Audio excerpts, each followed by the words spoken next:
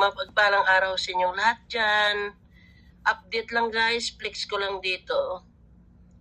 Ito dito po sa Sitio Bangon sa aking probinsya, sa aming probinsya.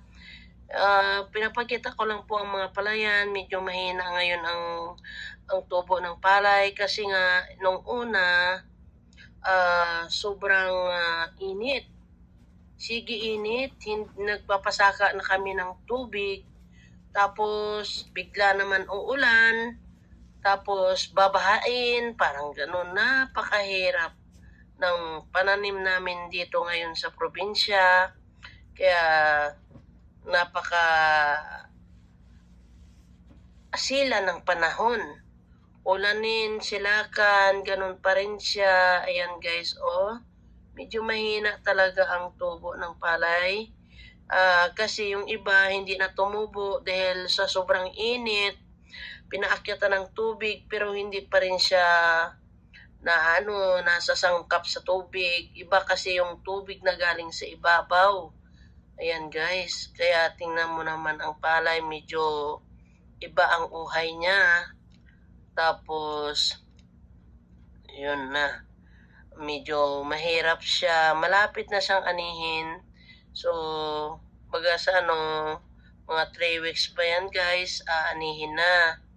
So, pinapakita ko na hindi maganda ang masyadong pagkatubo ng palay kasi sa sobrang init ng mga nakaraang buwan, mga 2 months before, yan, talagang grabe yung init kasi nagpapaakyat pa ng tubig. Ngayon, hindi makaabot dun sa kabilang kalye, parang ganun. Kaya napakahirap guys talaga, grabe. Kaya kung kayo may umadyan, alam nyo naman kung anong paraan. Sige, minumotor yan, lahat-lahat, ginagawa para lang maganda ang palay. Sige, abonuhan. Yun, iba medyo malapit na maani yan guys. Mga 2 weeks na lang, pwede nang mag-harvest. Ayan. Yan, awa ng Diyos. Enjoy watching guys. Ayan, iikutin ko to ng ikot dito sa palayan ko. Kaming magsasaka, shout out dyan sa lahat ng mga magsasaka. Believe ako sa iyo. Siyempre, believe din ako sa sarili ko dahil yan, na pananim namin, puro palay dito. Kaya yan, yun ang pananim namin dito sa Sitio Bangon, Pangabuan, Hamindan, Capiz. Ayan. Ayan guys, malapit na yan anihin. Pero baga sa alanganin pa yan sa ngayon. Mga 2 weeks pa yan guys. Or 3 weeks, yun, naglapit na yan. Kaya kinain pa ng daga yung iba. Tapos, ay naku, napakahirap bilang isang magsasaka. Ayan, kailangan esprehan para sa damo. Tapos, pagkatapos niyan, kailangan i-fertilizer mo bago sa magbuhay. Kasi may mga hayop-hayop, tapos abonuhan pa. Ay, ang hirap ng magsasaka. Tapos, mura naman ang palay. Kaming mga magsasaka dito sa lugar namin, sikap lang talaga. Kahit walang pera, sige lang. Ayan guys, reflex ko kasi medyo malapad-lapad naman yan. Malapad-lapad naman yung aming palayan. Kaya sayang talaga minsan kasi yung ulan nauunahan ng init. Grabe. Ngayon, pag naunahan na ng init, late na. Tapos hindi mo na alam kung anong gagawin mo sa mga palay. Kasi medyo patay na, nagdidilaw, nagkaroon na ng hayop, ganyan. O yan. Tapos, esprehan mo naman yun, tapos abonuhan, kailangan alagang-alaga mo ang mga palay, parang gano'n. Kaya sa isang magsasaka, bilib talaga ako kasi matyaga. Kaya kailangan matyaga ka talaga. Yan. Kaya malapit na anihin guys. Medyo napula-pula na siya.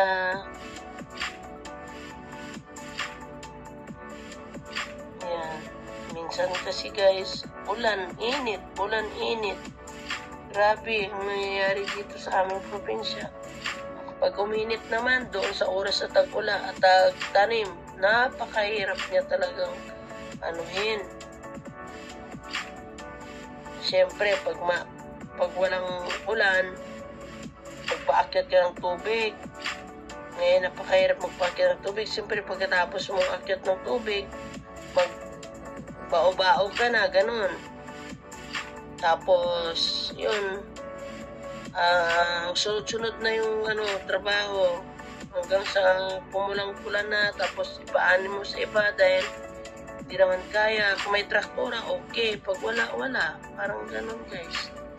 Mahirap talaga. Yan, guys, oh. Diba? Malaka siya kasi yung iba parang namatay. Kailangan taniman siya ulit. Maghanda ka na naman ng ipananim mo.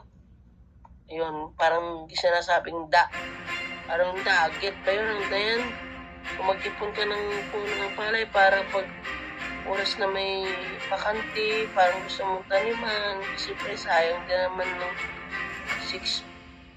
3 to 5 months. Kailangan nakayari ka na.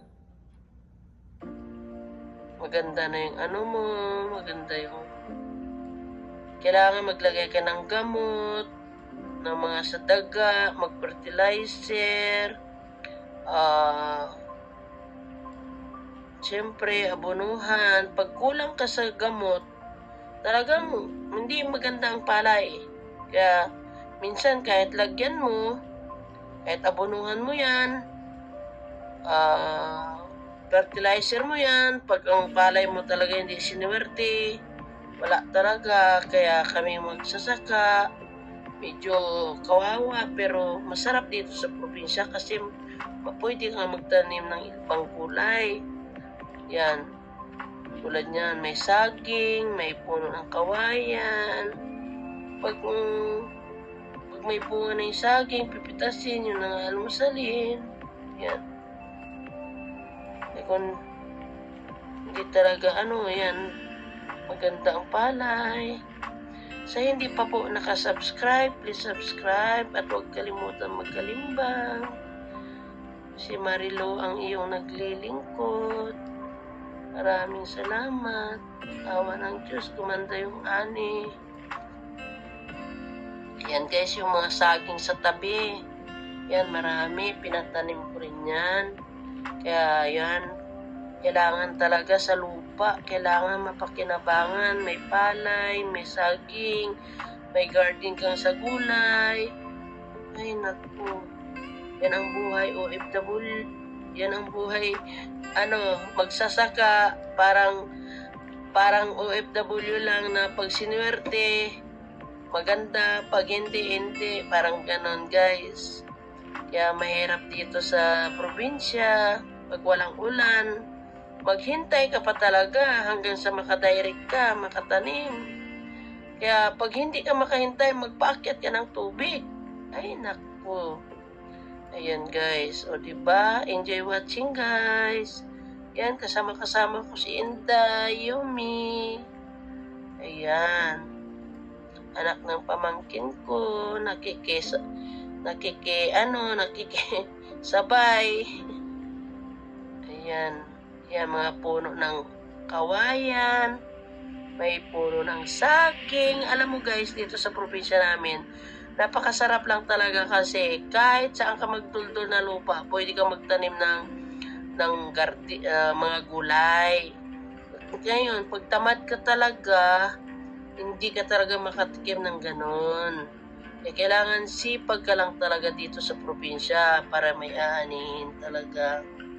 Kaya nga, minsan, talagang naiisip mo talaga pag andyan ka sa lupa mo, samantalahin mo na mananim. May upo ka, may